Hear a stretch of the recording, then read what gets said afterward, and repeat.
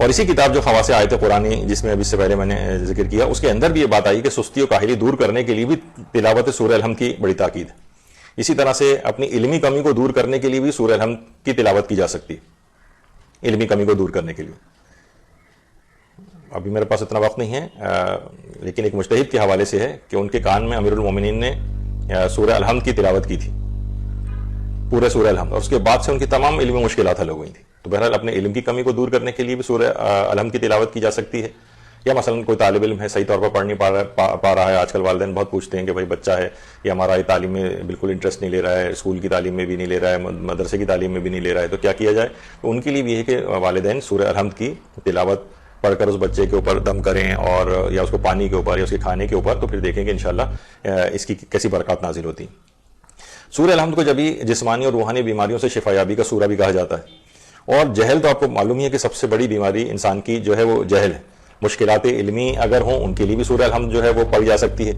اور کیونکہ سب سے بڑی تو مصیبت واقعتاً جہل ہے، یعنی ہمارا جو قلب اور دل ہے، بلکہ جتنی بھی فزیکل بیماریاں بھی ہیں اور جتنی ہماری جو روحانی بیماریاں بھی ہیں، ان میں سب سے سر فہرست دیکھا جائے تو جہالت کا مرض.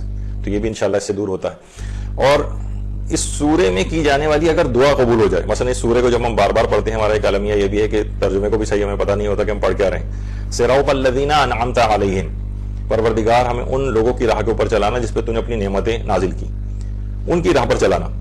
اگر یہ دعا قبول ہو جائے تو ان کی راہ کون سی ہے؟ انبیاء کی راہ ہے، ائمہ علیہم السلام کی راہ ہے، اولیاء کی ہے، عرفاء کی ہے، صالح لوگوں کی راہ ہے. یہ پروردگار عالم اس دعا کے نتیجے میں جو اس سورہ الحمد کی اس آیت کا ترجمہ ہی ہم دیکھیں، جو ہم دعا مانگتے ہیں کہ میں ان لوگوں کی راہ پہ چلا، اگر یہ ہماری دعا قبول ہو جائے، اور لازمی انشاءاللہ قبول ہوگی، لیکن ہم اس کو دعا کے طور پر سے مانگے بھی تو ہر قسم کی کمی دور ہو سکتی. ہر روحانی اور جسمانی کمی جو ہے اس کا ازالہ، اس خاص طور پر جو ہمارے جہل ہے، یعنی اگر واقعتاً یہ دعا اپنے تمام مظاہر اور برکات کے ساتھ قبول ہو جائے تو زندگی کے اندر کتنے بڑی انقلاب اور تبدیلی آ سکتی.